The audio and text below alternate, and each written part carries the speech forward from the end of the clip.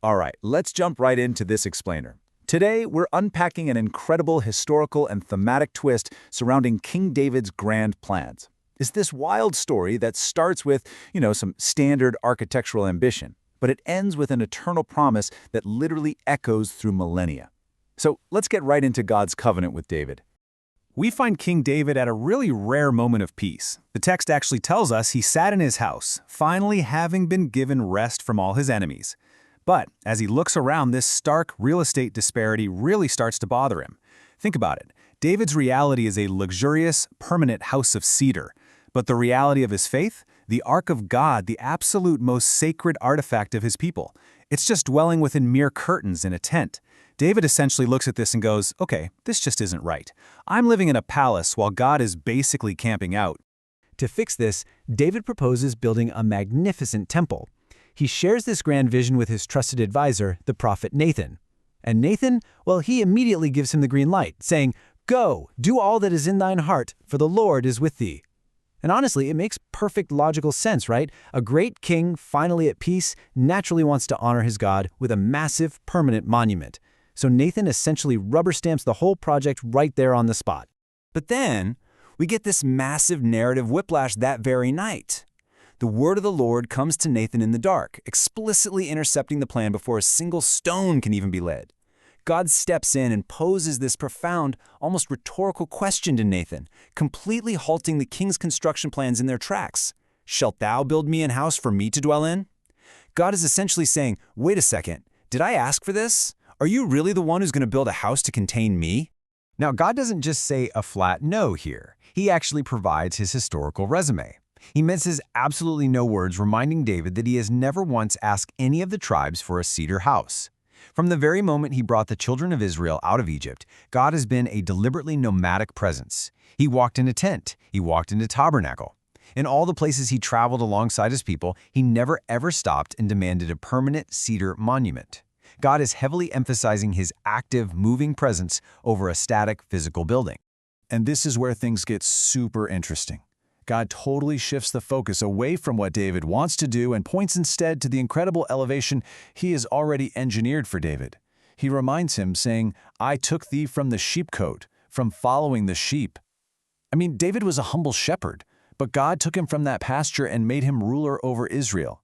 God was with him everywhere, cutting off his enemies and making his name great, like the greatest men on earth. The whole relationship dynamic is being reframed here.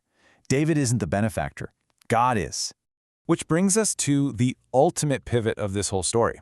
David wanted to build a physical structure, a house of cedar, for God. But God flips the script completely. He tells David, through Nathan, that he, the Lord, will make David a house. This is a brilliant, breathtaking wordplay in the source text. God isn't talking about brick and mortar at all.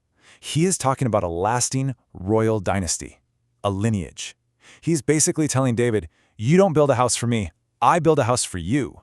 This eternal covenant is just packed with monumental promises. First off, God promises a secure place for Israel so they won't be afflicted by the wicked anymore. But then it gets incredibly personal for David. God promises to set up David's seed after him, his own flesh and blood.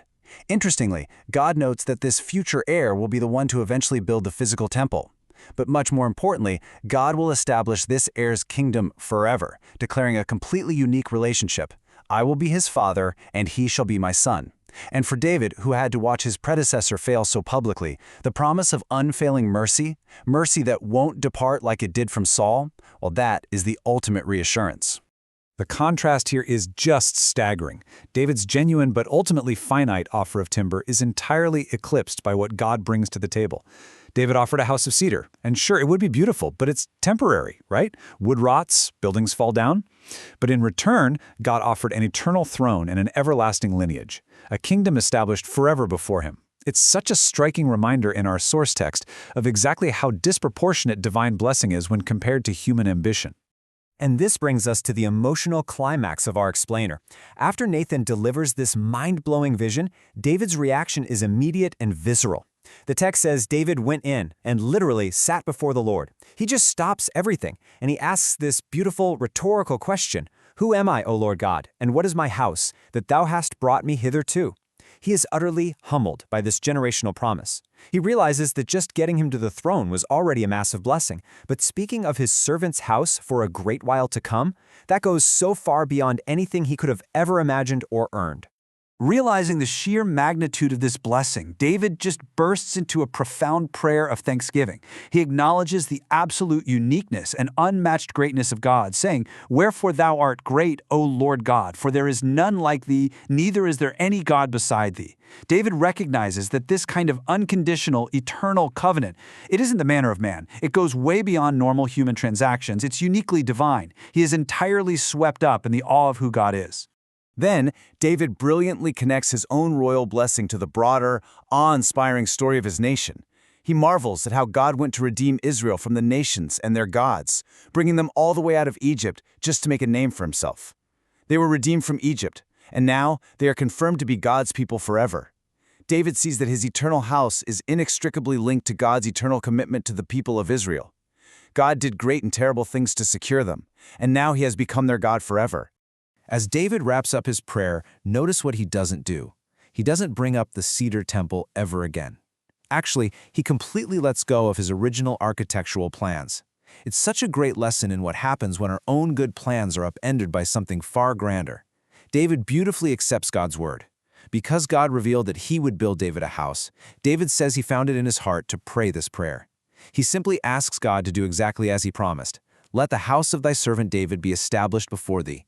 He aligns his own will perfectly with the astonishing covenant God just handed him. As we wrap up this explainer, I want to leave you with a final thought to ponder. We've just seen a king's desire for a construction project completely turn into a divine promise of an eternal dynasty. So what happens to the entire course of ancient history and the centuries of expectations, literature, and lineage that follow when a king is promised a throne that will truly never end? How does that single, massive promise shape a nation's future? It kind of changes how we view every historical event that follows this very moment, doesn't it? Keep that in mind as you continue exploring these texts.